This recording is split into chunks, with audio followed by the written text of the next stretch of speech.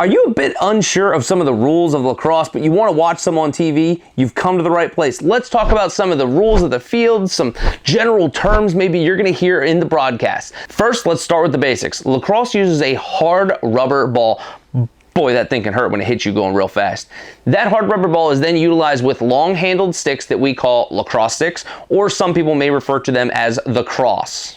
Most of these sticks are about 3.5 feet in length, or 40 inches if you can cut it down. You can go 40 inches for mainly the attackmen, the midfielders. We'll get to positions in a second. The defenders are allowed to have up to a 6-foot long pole. And yeah, it's long and it hurts really bad when you get hit because you could generate some force on that guy. The objective of the game is to take the ball and shoot it into your opponent's net. You do this by getting it down the field. You can run and cradle with it in your stick. It's called cradling when you run with it. You can pass it down the field utilizing teamwork, setting up a lot like basketball. A lot of picks, a lot of motion off ball. It's very, very, very similar to the basketball game. But with lacrosse, getting the ball from one end of the field to the other end of the field happens in almost no time, which is why they call it the fastest game on 2 feet. Next, let's touch on some of the positions on the field. There are 10 players on the field at all times. There are 3 attackmen. Those guys are responsible for trying to score the goals. They play on the offensive half. There are the midfielders. They play both sides. Generally, they're going to play offense and defense, so they got a lot of running in their game. Next, you've got the defenders. Their job is to stop the other team's attack from scoring goals. Last, of course, is the goalie, and his objective is to make sure no balls go into that net. Now, there are some specialty positions. I don't want to get into them too much, but there are things like a fogo. Their job is to face off in the middle of the field, face off, get off. Fogo. There are specialized defenders. There's long stick midfielders. There's short stick D midfielders for those that specialize in positions. If you want to learn more about lacrosse positions and maybe what position you'd play, I got a video I will link down below. You can learn all about the different positions and how they relate to other sports. Speaking of relating to other sports, I also did a video last week talking about which football teams correlate to which PLL lacrosse teams. Really good video. Check it out if you haven't seen it. Link down below. Next, let's talk about the field dimensions itself. Lacrosse is done on a rectangular field, and you'll notice there's a bunch of key areas we want to identify. First, there's the midfield line. This divides the offensive side from the defensive side for a team. Then you're going to see there is a goal surrounded by a circle, which is called a crease. That crease, only the goalie really is allowed to be in. Defensive players can run through it. Offensive players should never touch it, and if they do, the goal should be disallowed. Right? Just outside of the goal, you're going to see GLE, or goal line extended. This is an imaginary line that's often brought up in broadcast, talking basically about if you took the goal line, took the imaginary line all the way out to the sidelines, that's GLE, or goal line extended. It's mainly for goalies to tell defenders, hey, they're getting above this line, they're now becoming a threat, you need to stop them right there. Some other areas of focus, right in the middle of the field, we already talked about the fogo, but the face-off X. Right in the middle of the field, you will see that's where the teams face off. Face-offs happen in the beginning of the game, after every quarter, and after every goal. Face-offs are a really cool scrap. You got one-on-one trying to fight for that ball. They do have guys on the wings that can help, so technically it's 3-on-3, but mainly it's a one-on-one battle in the middle of the field. Whoever gets possession of the ball gets to take it, an opportunity to score. Taking a step back, looking at the field dimensions, for college and high school, it's 110 yards long by 60 yards wide. The PLL has shrunk that a little bit. They took 10 yards out of the middle, so it's 100 yards long and 60 yards wide. The whole purpose of that is the PLL wants more offense. They want to generate more transition opportunities as teams go from their defensive end to their offensive end.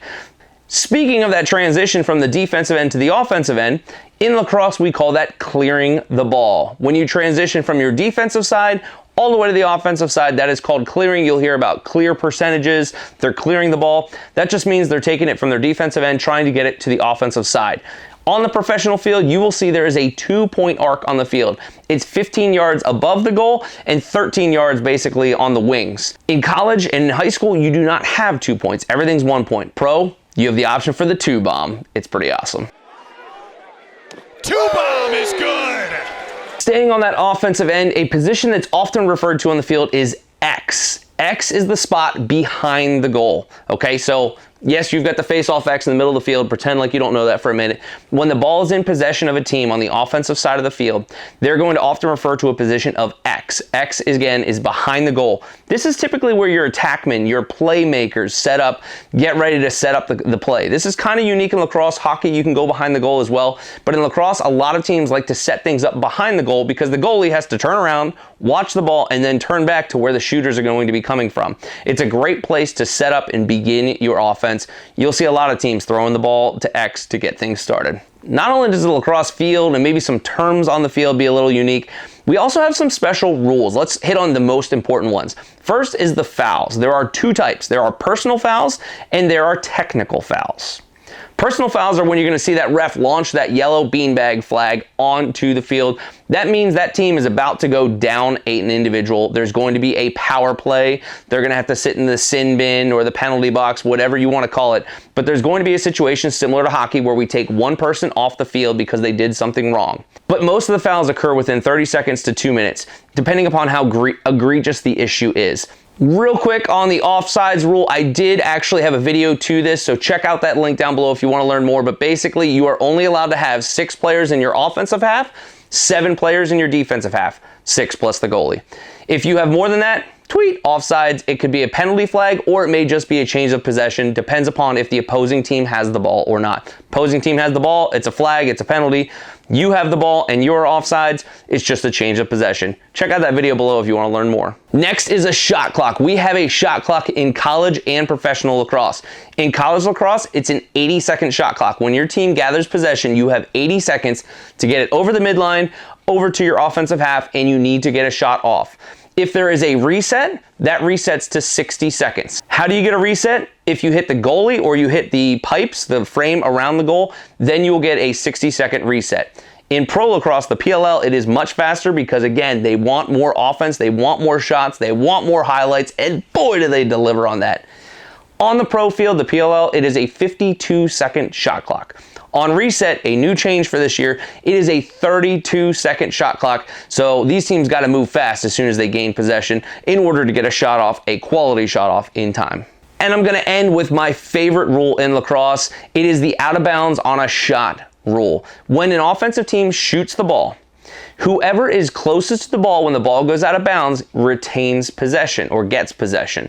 So that could mean an offensive team rips a shot, it misses the goal. As long as an offensive player is there in backup, is closest to ball when it goes out of bounds, they retain possession. I love this because offensive teams aren't getting penalized for missing the goal. They're encouraged to shoot more. Really cool rule in lacrosse because if you couple that with the face-off, literally a team has to earn possession. They just don't get automatic chances to get the ball back. Offensive teams can win faceoffs again and again and again, shoot, get back up, shoot, get the back up, shoot, get the back up until they score. You have to earn every possession you want. To watch the PLL games this summer, you will see some on ABC, some on ESPN, but all of them will be broadcast on ESPN+. If you don't have it, I'm going to throw a link down below so you can go check it out. I think the PLL is offering us a free trial for a month right now, which is awesome.